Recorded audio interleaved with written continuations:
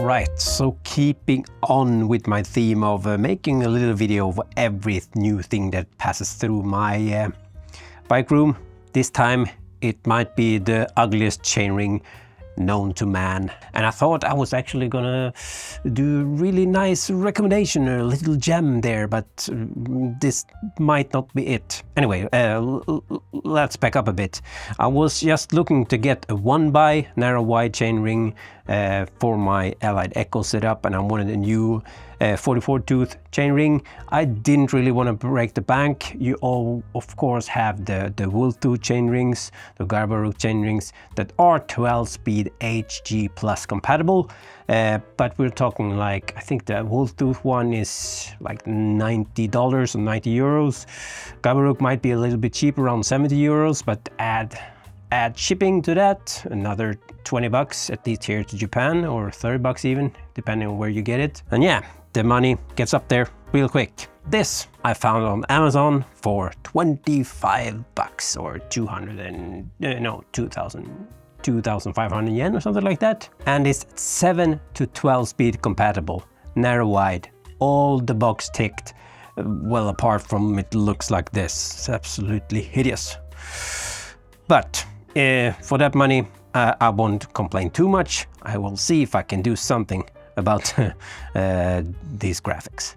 But let me take this off and we'll check the weight, and I will show you closer why this might not be the best HG Plus compatible chainring in the world. So here is the chainring alone, and if anyone's wondering, the chainring bolts are not included with the chainring. I use one bi-specific wool tooth bolt I had laying around. Works fine. Yeah. So let's check the weight. So as you can see, this is the 44 tooth. They actually come all the way from like 32 to 52, I think. One bi-specific. Let's see then. So 85.3 grams. So to put that into perspective, the 5-arm 110 BCD, I don't know if I already said that, but yeah, that's the bolt circle diameter is the 110 one, for the compact cranks, 5-arm.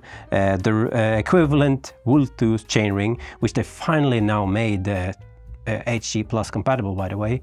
You should look for the drop stop ST tooth profile. Anyway, that one is 90 grams, and if we look at the Garbaruk chainring equivalent, is a bit lighter at 72 grams, so that would be the obvious choice for the weight weenies like me, I guess. But anyway, one thing I wanted to point out, how many hours have I used this now? Maybe 10 hours or something. But if you look at the wide teeth on this side, it's actually wearing a little bit strange. I would kind of qualify this as a non-HG Plus compatible wear pattern. If I put the chain on, it doesn't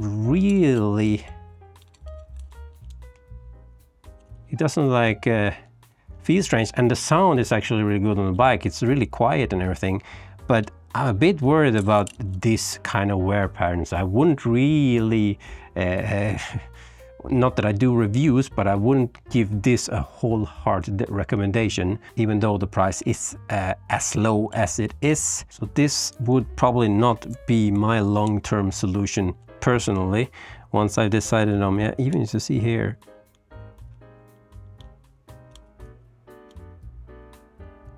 it kind of sticks at some points, not on every teeth. So I guess, yeah, when you go for the cheap stuff, you might not always get the most performing product, or whatever you want to call it. For me, it still had been a really cheap way to try out the 44 tooth chainring, which I didn't have in this bolt pattern, which I needed, and on the cheap. So even if I'm going with the 46 in the end, I didn't have to pay like $100 with shipping and everything just to try that out. But yeah, now you know, if you see this Deckas brand is probably, you can find it on AliExpress as well, I would imagine, but on Amazon they're available at least. Might have to think once or twice before you try this with an HG Plus chain. KMC 12-speed chains might be a better option, definitely not the SRAM T-type chain. They definitely won't work with this. Before we go, I just want to see if we can actually remove this and make it look somewhat presentable. So let's check it out. And of course, my trusty acetone.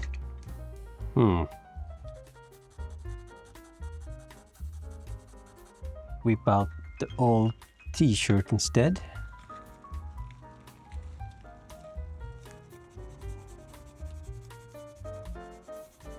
These basically won't budge at all. Not with acetone at least. Or I gave it like 5 minutes of hard rubbing, but this definitely won't come out. It's not like the Uno stem, for example. While it might feel like it doesn't come off in the beginning, you just rub it a bit and then it's suddenly just starting to fall off. Here it definitely do not want to come off. So yeah, this chainring is all kinds of fail. Not only does it look hideous, yeah, for HG Plus chains or the current 12-speed Dura-Ace/XTR chain might not be the best chainring in the world, even though it maybe not shouldn't be because it's so damn cheap. But 11 speed and below probably just fine, and like I said, might also work with a 12-speed KMC chain. I have not tried that myself though, so I could not tell you either way. If you have by any chance tried it, feel free to report down in the comments. But yeah, we can't win all the time, I guess. Catch you in the next one. Peace!